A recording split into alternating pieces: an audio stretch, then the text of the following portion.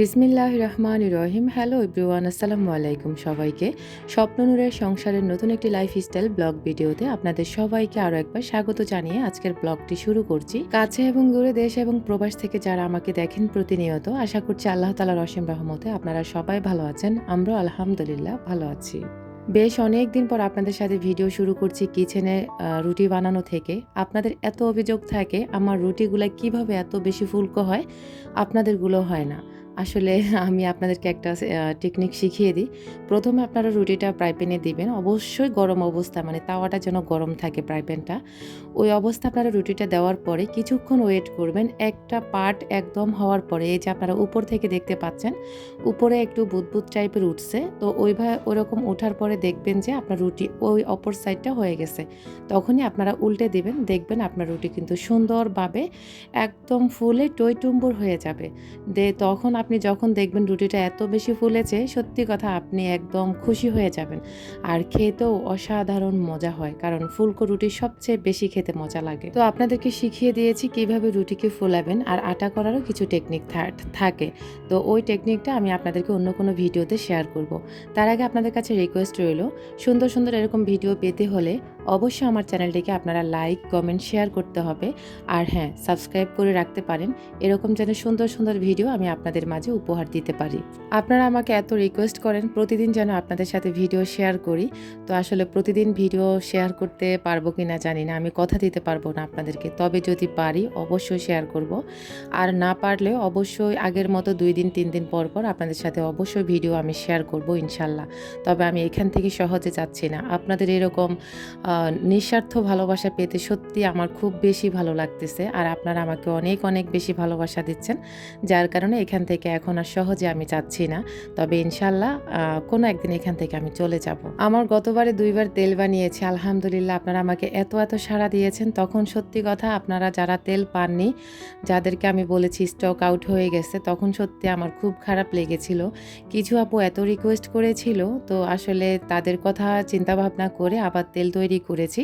যদিও রেগুলার আমার পেজ আপনারা তেল পাবেন ইনশাল্লাহ। আমি 45টিরও বেশি প্রাকৃতিক ভেষজ উপাদান দিয়ে এই তেল তৈরি করি। আপনার চুল পড়া কমাবে, চুলের আগা ফাটা রোধ করবে, নতুন চুল গজাবে, খুশকি দূর করবে এবং আপনার উকুন দূর করবে। আপনার ঘুমের সমস্যা থাকলে অবশ্যই আপনার ঘুমের সমস্যা দূর করবে, মাথা ব্যথার সমস্যা দূর করবে। সেই সাথে আপনার চুলকে করবে সফট, শাইনি, সিল্কি। আপনারা আসলে যদি আমি আসলে কথায় আপনাদেরকে বোঝাতে পারবো না, আপনারা নিয়ে কাজে তারপরে বিশ্বাস করবেন। আমি কথায় না কাজে বিশ্বাসী। আলহামদুলিল্লাহ আমি এই তেল ব্যবহার করে আমি নিজে অনেক অনেক উপকৃত হয়েছি। বিভিন্ন আপুরা উপকৃত হচ্ছেন আলহামদুলিল্লাহ।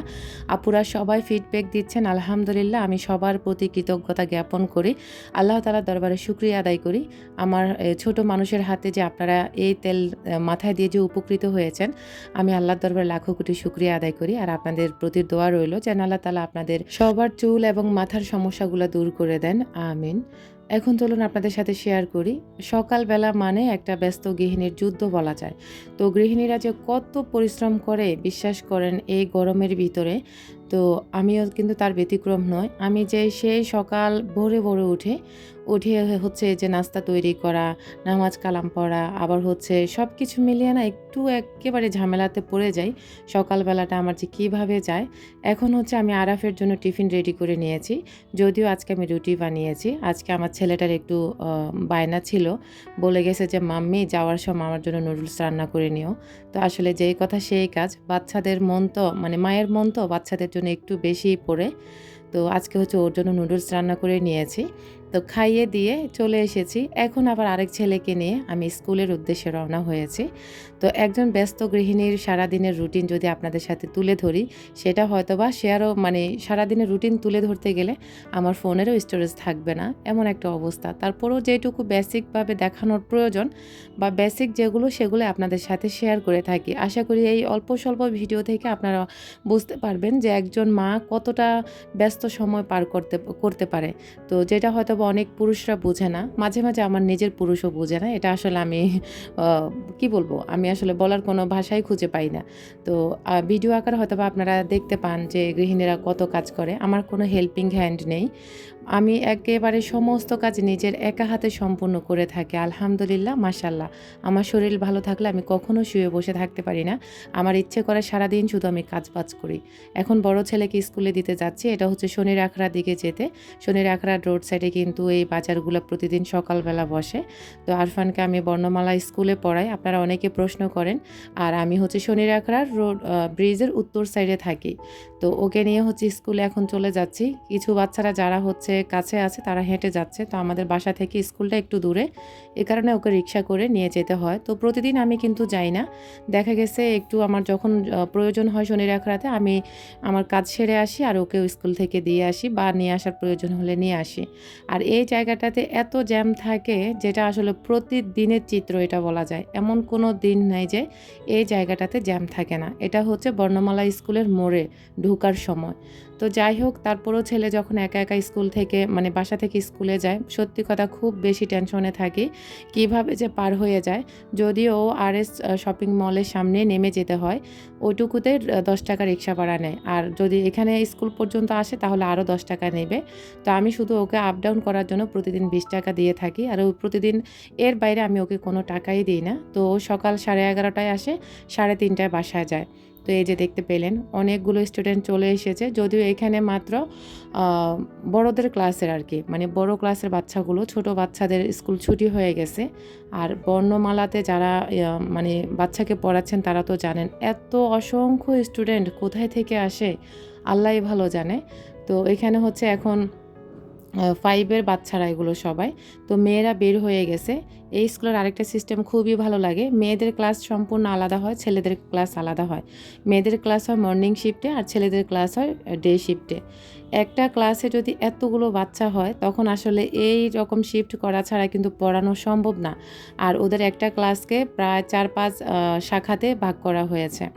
যাই হোক সবগুলা মেয়ে বের হয়ে যাবার পরে তারপরে সবগুলো ছেলে হচ্ছে ক্লাসে ঢুকবে। তো আমি আরফানকে দিয়ে চলে এসেছি। ও বলেছে, "আম্মু তুমি চলে যাও। তোমার বাসাতে অনেক কাজ পড়ে আছে।"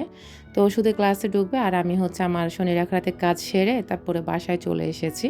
বলা যায় ঘুম ভাঙার পরপরই শুরু হয় যে এত কাপড়-চোপড় গোছানো, তার মধ্যে হচ্ছে হাঁড়ি-পাতিল মাজা, ঘর মোছা, ঘর পরিষ্কার করা, বাচ্চাদেরকে রেডি করানো, বাচ্চাদেরকে একজনকে মাদ্রাসা তো আরাফের জন্য 5 বার আপ ডাউন করতে হয়। সত্যি কথা আমি খুব হাঁপিয়ে যাই। একদম 4 তলাতে উঠে আবার বাসা থেকে একটু দূরে 5 থেকে 7 মিনিট লাগে ওর মাদ্রাসাতে যেতে। তো সবকিছু মিলিয়ে না একটু বেশি মানে আমার কাছে কষ্টদায়ক হয়ে যায়। তবে যেদিন আরফান বাসায় থাকে, আরফান ওকে নিয়ে আসা যাওয়া করে। তবে সকালবেলা আমিই নিতে হয়। প্রতিদিন সকালবেলা আমিই নিতে হয়। তো দৈনিক হচ্ছে ৫ বার যদি বাইরে আসা যাওয়া করা হয়, আবার এসে ৫ থেকে ১০ মিনিট রেস্টে যেতে হয়। প্রচণ্ড গরম লাগে তো যার কারণে ফ্যানের নিচে বসে একটু ঠান্ডা হয়ে রেস্ট নিয়ে তারপরে হচ্ছে কাজে লেগে যাই। তো এখানে হচ্ছে ওদের কাপড়-চোপড় সবগুলো ধুয়ে দিয়েছিলাম। তো এত কাপড়-চোপড়ও ধুয়েছি যেটা আসলে বলে বোঝাতে পারব না। তো আমার বাসাটা না একটু মনে হয় যে বেশি আমার কাছে ঝামেলা মনে হচ্ছে। মানে অনেক ছোট মনে হচ্ছে দিন। তো আসলে যত একদিন যায় ততই মানুষের জিনিসের চাহিদা বাড়ে। আর তাছাড়া সংসারে প্রয়োজনীয় জিনিস অবশ্যই করতে হয়। তো এই যে সমস্ত কাপড়-চোপড় ভাঁজ করে নিচ্ছি। ভাঁজ করে হচ্ছে আমি জায়গা মতো রেখে দেব।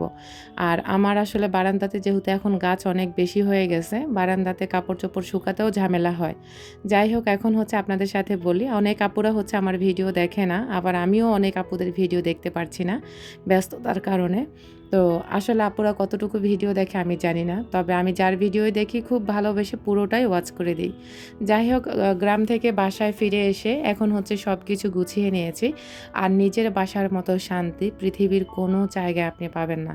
আমি যখন গ্রাম থেকে এসে আমার বিছানাতে শুইছি, সত্যি কথা আমার সাথে ঘুম চলে আসছে। আমি প্রায় 2-3 ঘন্টা ঘুমাইছি একটানা বিকেলবেলা।